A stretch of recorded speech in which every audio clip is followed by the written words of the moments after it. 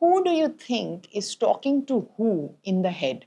That's just the beginning of our own mental experience. There is nothing that is gut instinct, and there is nothing that is, thought from the heart, and there is nothing that is thought separately of the mind. It's all thought. Your feelings, your emotions, our mental experiences, cognition, abstraction, all of these are our internal reality that we only know because we think. Thought is an unconscious or conscious movement of memory. Memory in the realities sustained by thought realm are what we call as psychological memories, our experiences. So let's look at what happens because of this memory very, very detailedly, because this has a lot to do with the experience of stress.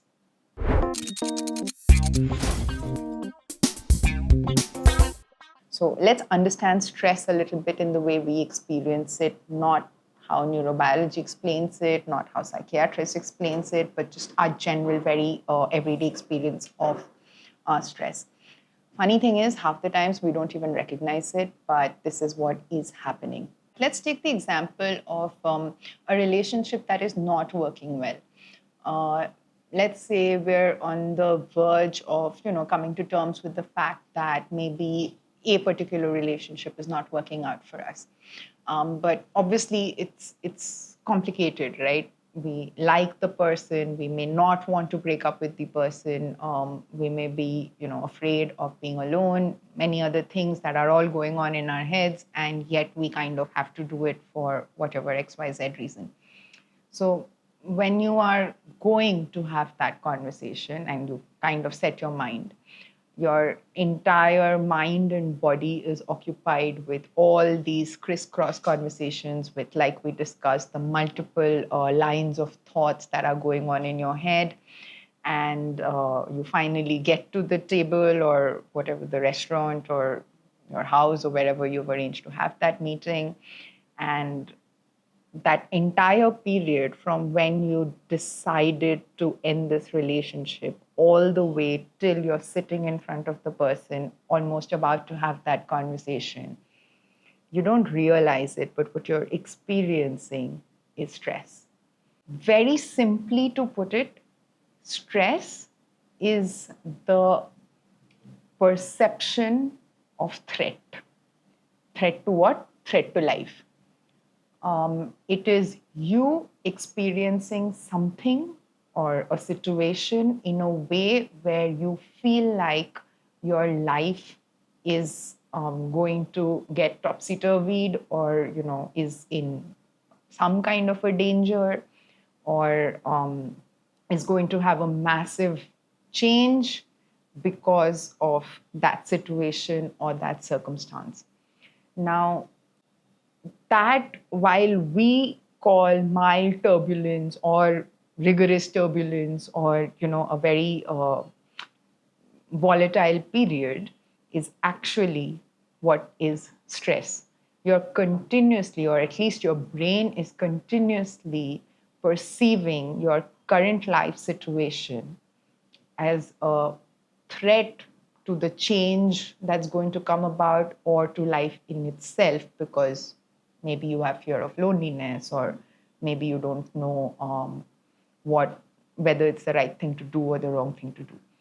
So again, that basis is not, out there in the world somewhere or in your mind, which is, independent of your body. That is a very, very physical feeling and sensation that you kind of continuously go through for a long period of time. It doesn't end at the conversation. A whole host of different things happen after the conversation, but we'll just stick to the before the conversation for right now as an example. Okay, how we may not understand that that's what's going on, but how we can understand it is by the responses that we have. At that period, we may be cranky, we may withdraw from things, We may not want to engage with things. We may want to take a step back and look at all of these examples. We may want to withdraw, flight. We may not want to engage, flight. We may want to stay back home and not do anything, freeze. We may get cranky, fight.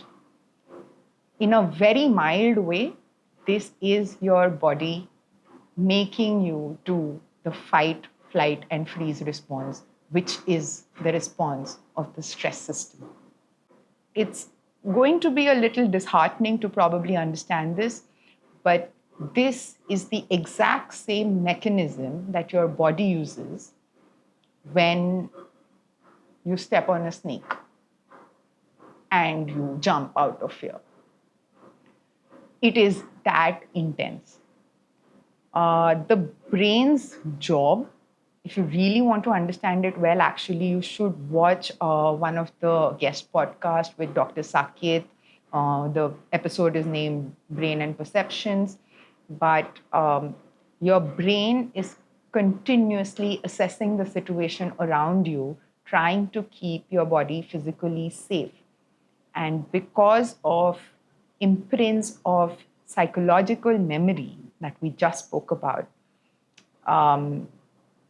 what the brain discerns is that this is going to make a huge difference to your life, and that is going to upset or annoy or make a huge change in the environment in which the physical body is going to exist. And this chronic or this elongated period of stress response is the reason for half the lifestyle diseases in the world, including heart attacks, that are now happening at ridiculous ages of 30 and 35 to very, very physically fit people.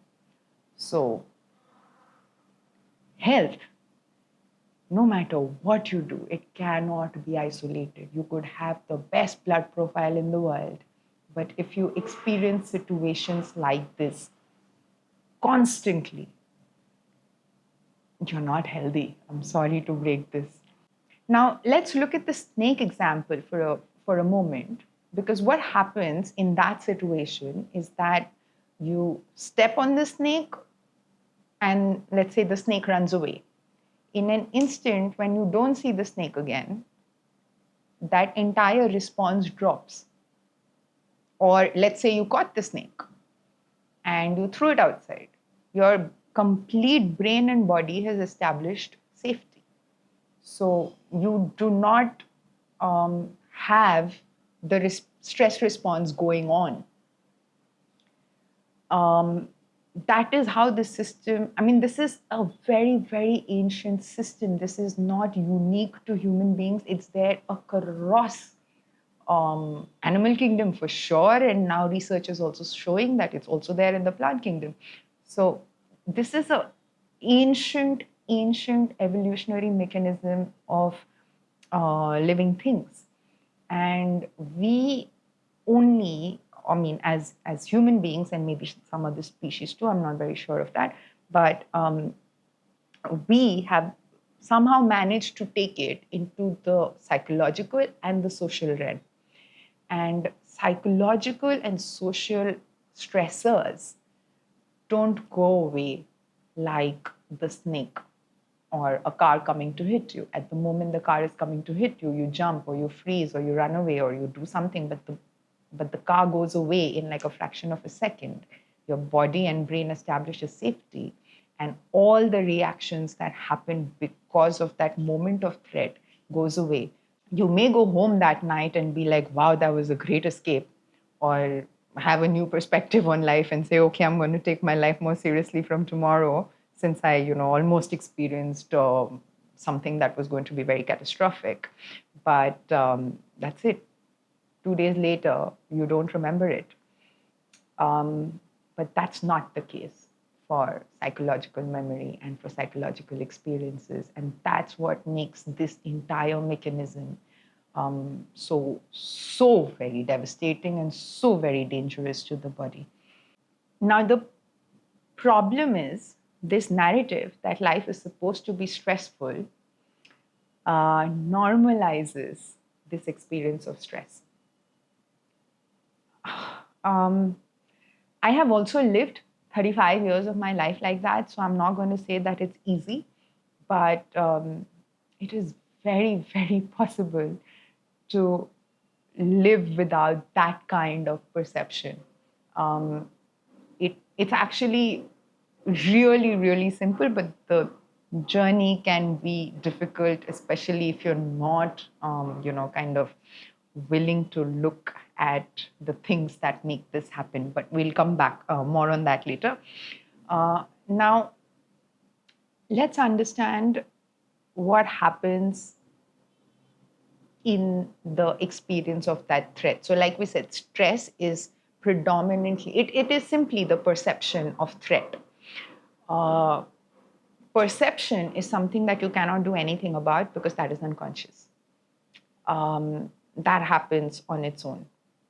The brain, with all the information that it has gathered so far in life, automatically understands and explains to the body the situation that is going on. So there you cannot do anything about.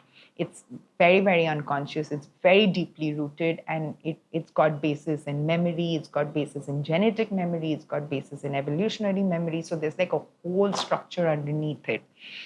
But the other two words, which is perception of threat, and the other word that we're missing is your perception of threat. The your and the threat are the two words that we can do something about. Okay, so let's examine threat for a bit. Threat is simply what? Threat is simply you feeling attacked in any way.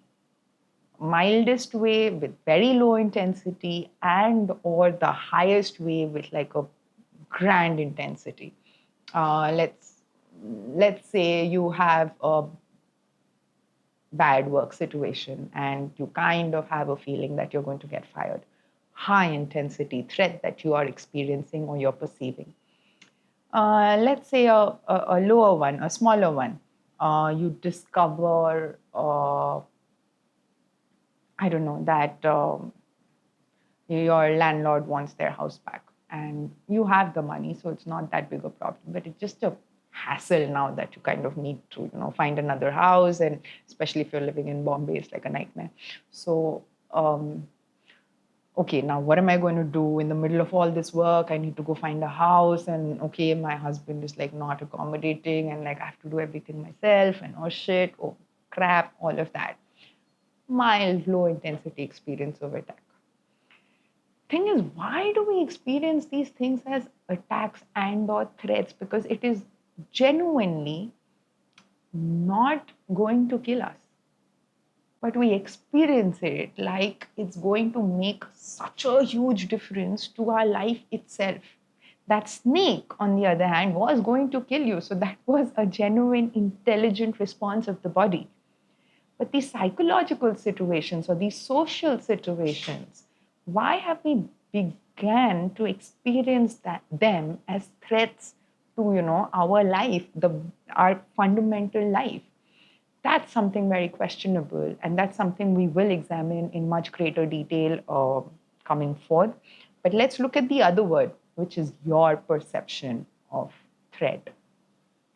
The you or the me, now that we can do a whole lot of things about, and it does not require anybody else. It does not require, I don't know, it does not require even rocket science, because everything that is going on within you, inside of you, right where you are. You can sit wherever you're sitting right now. I can sit right here and I can pay a little bit of attention to what's going on to me, and I can unpack or understand the you very, very quickly. It takes a minute, maybe even a second, if you just allow yourself to go there. Now, the experience of stress, it is personal. While the mechanism of stress is not personal at all, it's a mechanism that every human being in fact, almost all animals, everybody experiences. It's the oldest mechanism in the world. The perception of threat, that is the experience of stress, is a very person to person thing. It's very dependent on what your experience of life has been. It is very dependent on what memories you have accumulated. And based on that, the body, the brain, exercises the stress response. So, example like flight turbulence. Many people don't think much of it at all. Many people don't get affected by it at all. And many people feel completely devastated in the moment of a flight turbulence. But it's also a great example because the moment the turbulence stops, you may completely be free of that experience of threat or that fear. Um, just because the turbulence has stopped. While for some people, it is something that can continue, like you experienced a very turbulent flight and now you are living with that experience for days because your body and brain got that strongly affected or got that strongly attacked by that experience of threat. But again, some people, even during the turbulence, seem to be happy and smiling, and it didn't bother them at all. And therefore, it's only a person to person thing. It cannot be tackled generally. It's always personal. It's always as per the person whoever is experiencing it. And but that's why it is also very easy to understand and discern for your own self. um, One of the examples that I use really often is driving. For a lot of people, driving is anxiety causing, and for a lot of people, driving is calming. It's because of the same thing. It's not because you are different from the other human being. It's not like that. It's just the memories that you have, or the memory that you have accumulated of driving, of the experience of driving, of being on a road, etc., from the moment you were conscious, or even before that. Psychological memory is also transferred genetically, and that is now proven. So a lot of this is even, kind of given to you. But observing what is going on, that is completely in your hands. That you can do real time.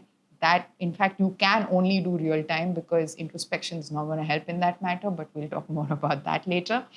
However, um, one thing that happens because of not really understanding this is how we perceive other people.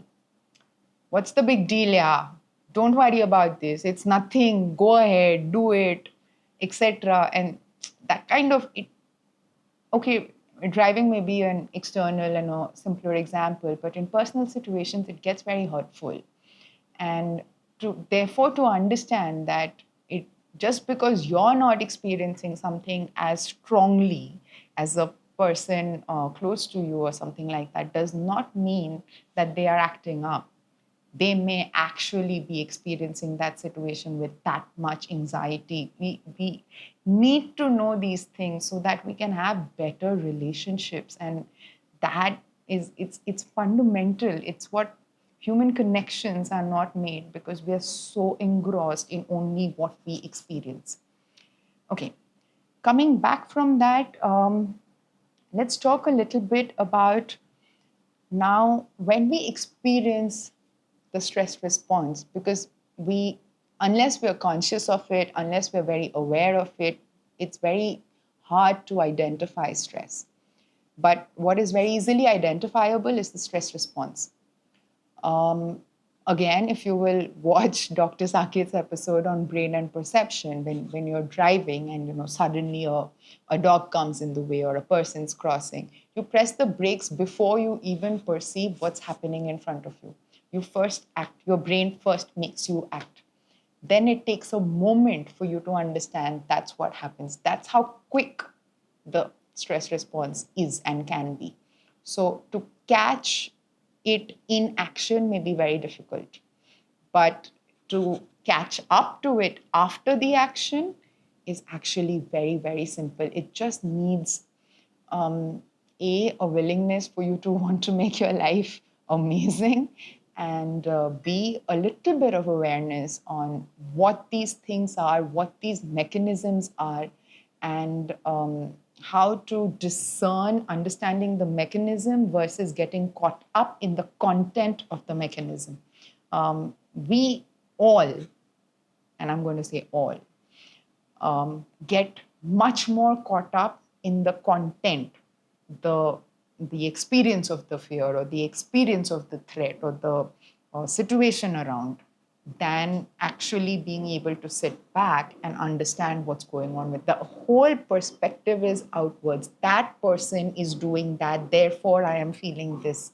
If that needle can be turned around, that person's doing whatever they're doing, why am I feeling this? If that needle can be turned around, all of this, it's just too simple and too easy to understand.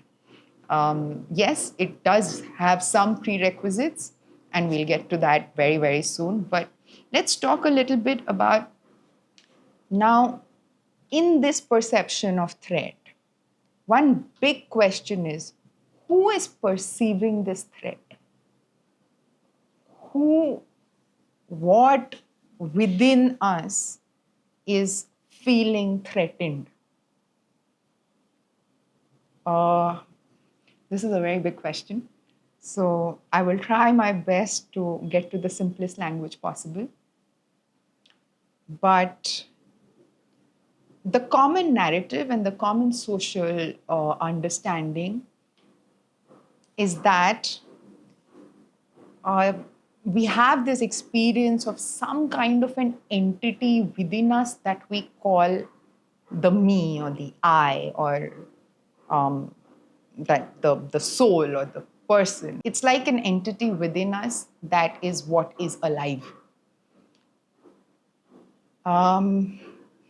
You may not take this very well, but I'm going to bust that and say, I'm sorry, but there is no entity inside. It is memory, it is brain, and it is thoughts, and it is feelings, and it is sensations. There is no other thing inside of you that is experiencing anything. Take a moment, but it's actually true. And you can arrive at this. Actually, honestly, I would say don't believe me. Just stay with trying to, just understand your what is thoughts, what is feelings, what is emotions, as in when you're going through situations, you don't have to sit apart and keep like 2 hours in the morning, 2 hours in the evening to understand all of this.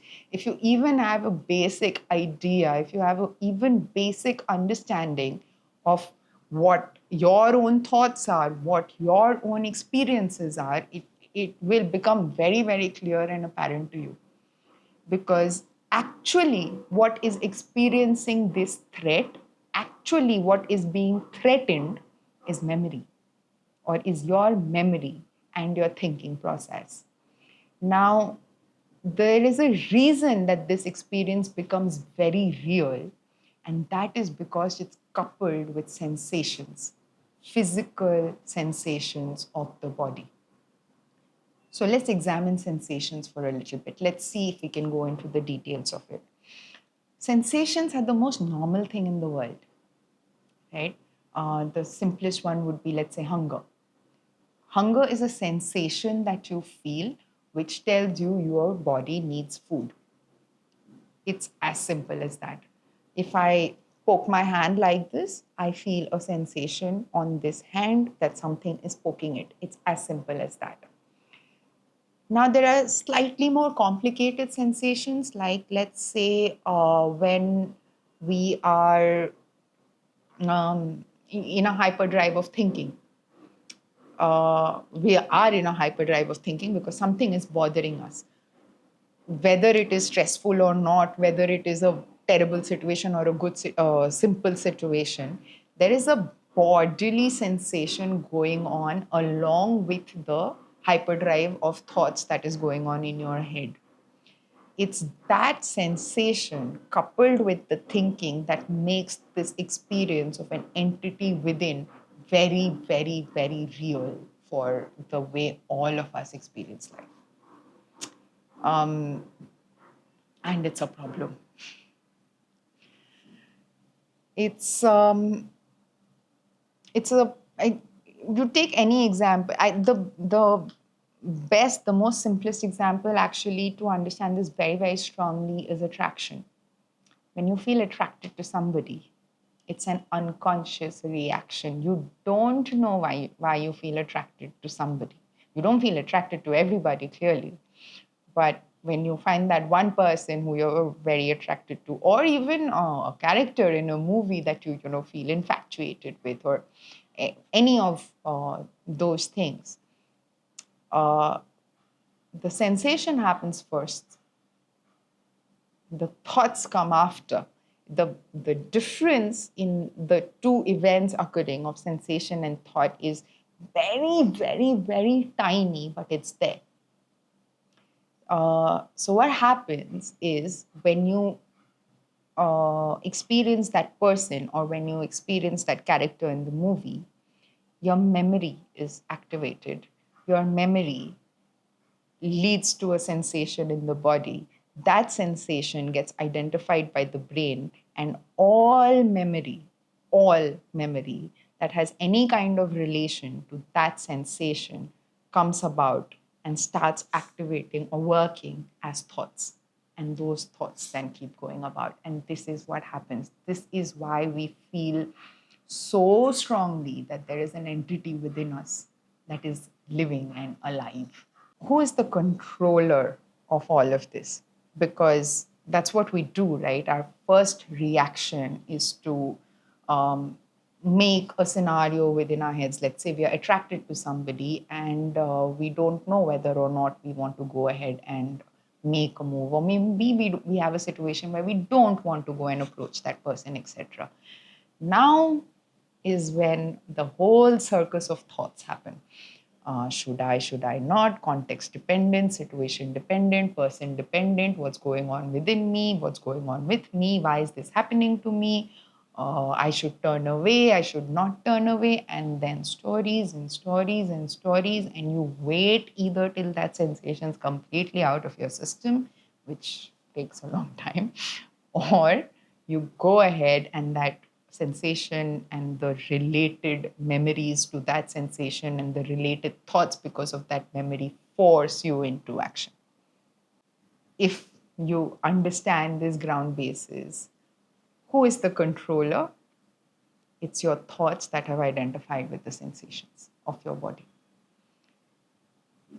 And you cannot control thoughts. I think if you have lived for more than 15, 20 years and are aware enough, you will understand that every time you have tried to push a thought away, maybe you have successfully done it for 5 minutes, 10 minutes, a day, 2 days, and then it comes back with full force, like absolute force. So whatever you try to push away is going to come and hit you one or the other way, because that's just the way the mechanism works. The other social narrative that I am seriously going to very, very deeply question is that time will solve this problem. Time solves nothing, psychologically speaking, um, internally speaking. Because if the memories are there and the imprints of the memories are there, this process is going to continue. But what does happen is over time, the context changes. Because the context changes, your understanding changes. So, for example, you're very attracted to somebody in college and college got over and you moved away to, let's say, your job. Now you have a new environment and now you're working or dealing with other things in life and other situations in life. And therefore, that has taken a backseat in your memory. But next time that guy's name comes up, you're still going to have a spark. Because time in psychological situations does absolutely nothing if you do not identify, address, and or at least recognize what's going on with you. this is a good thing. An attraction that, didn't happen is not going to kill you, is not going to do anything. But when it comes to things like trauma, that is when things get really tough. I'm sorry to say this, and I wish this was not the way, but an a situation, a stress situation where you experience exceptional helplessness is not going to go away just because you have turned the other way. That memory imprint of the stress system or the stress response system is so strong, is is so directly connected to your everyday experience of life that if you do not look at it, if you do not address it, if you stay in that fear and you try to deal with it by just looking away, everything around you that reminds your memory even a little bit, that reminds your brain or your brain recognizes as something even remotely close to that situation, is going to continuously be the factor that drives your life. That's how you're going to perceive life. There is no other way out of it. And that is why this narrative that life is supposed to be stressful is truly, tremendously a dangerous one, because then stress is normalized. Coping, yes, is necessary in some situations. Coping is necessary for maybe immediate action, but coping is not the way out. Coping cannot be the way out, because then lifelong you will only be coping. Yes, there are good ways to cope, there are bad ways to cope, but if the memory and the imprints of memory is there, psychologically speaking, again, I'm only talking psychologically, inwardly, internally, I'm not talking physically or externally. As long as the imprint of memory is there, that is going to drive your experience of life. And no matter how good a coping mechanism you come up with, you're going to live with, okay, a mild level of fear versus a high level of fear that you used to be in earlier. But that mild level of fear is not doing any good to you either. It just needs the situation to change again for it to all come back and hit you like it happened yesterday. And that is why we continuously keep staying in this ridiculous cycle of experiencing some stressor, some mild or intense stressor, coping with it somehow, situation changes, some sprinkles of happiness here and there comes about, and then situation changes, and then some disappointment happens, which leads to anxiety, which leads to maybe even agony, which leads you to isolation, and then back again to feeling stress, and then coping again, and then some sprinkles of happiness here and there. And we live in this and we die in this, and it is just so terribly sad because none of this is necessary. Now, having said all of this, let's examine why this happens, because if ever given a choice, nobody would want to live this way. I mean, obviously, right? But we seem to do it anyway. So, for that, we have to look at what we experience as the I or the me.